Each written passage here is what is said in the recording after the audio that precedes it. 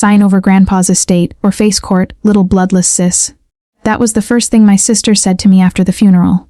Her voice cut through my office like a blade, sharp, polished, and practiced. She sat across from me in her designer suit, 4 lawyers flanking her like bodyguards. Their briefcases were already open, filled with papers that looked less like legal documents and more like weapons. I'm Rebecca Mitchell.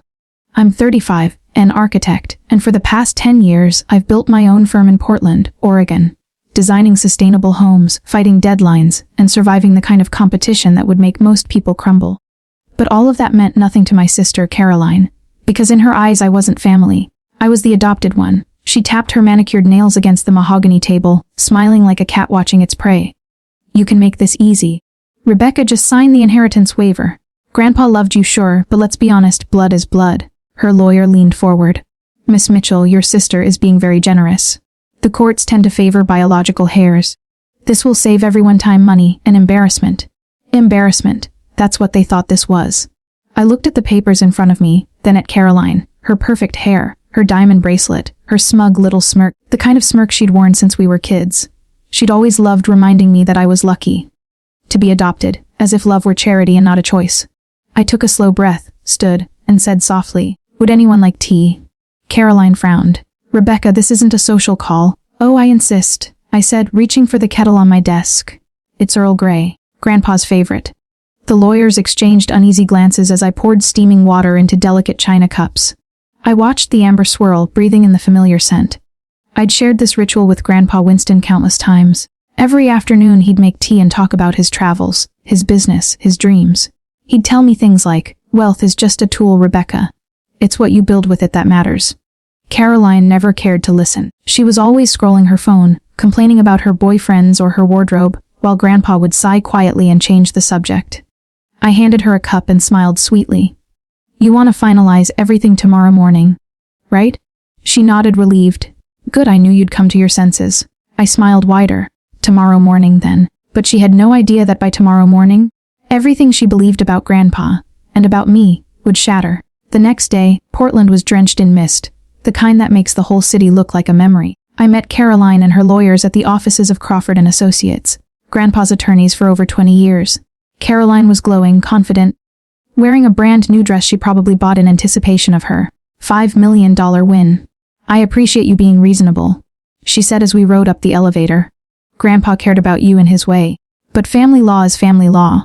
I'm sure you understand that." I smiled but said nothing.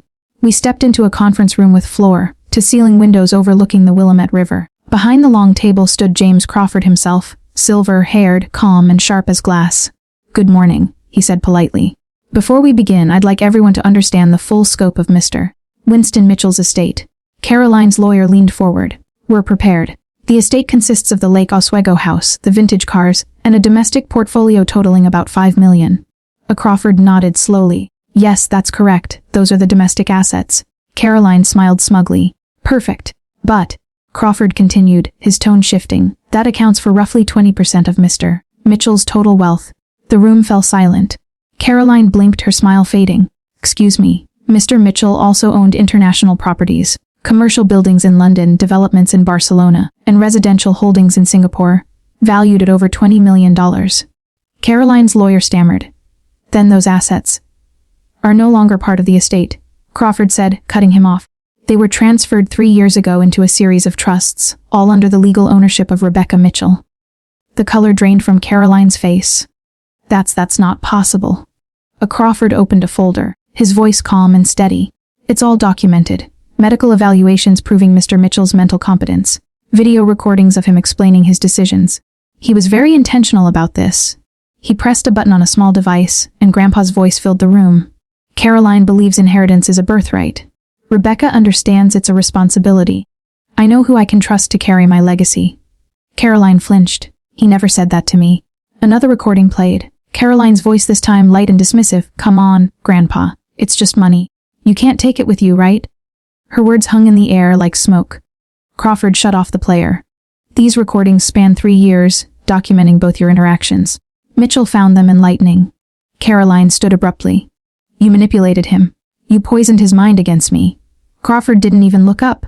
Mr. Mitchell began these transfers independently. He worked with 3 separate legal firms.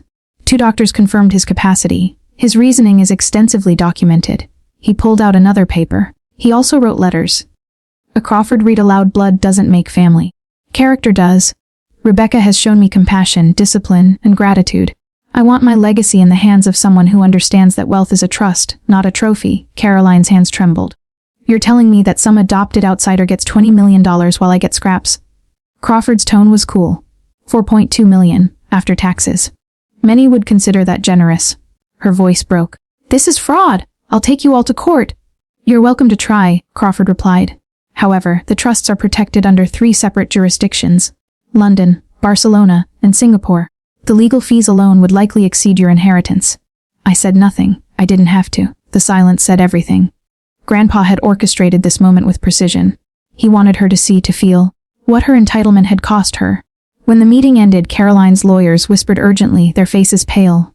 She stormed toward the elevator, her voice shaking. "This isn't over, Rebecca." I looked her in the eye. It never really began. 6 months later, I stood in my new London office, overlooking the Thames.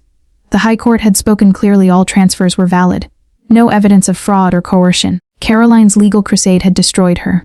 She'd sold her car, her jewelry, even her apartment, chasing revenge that was never hers to claim. The press called it the Mitchell inheritance scandal. She became infamous, a cautionary tale about greed. Meanwhile, I was expanding Grandpa's vision. The London buildings were thriving, the Barcelona developments breaking ground, the Singapore investments growing fast. Grandpa's dream of sustainable architecture was becoming reality. But sometimes, late at night, I'd still think of Caroline. Of the way she'd looked at me that day, broken, furious, humiliated. I'd hoped she'd learned something from the wreckage.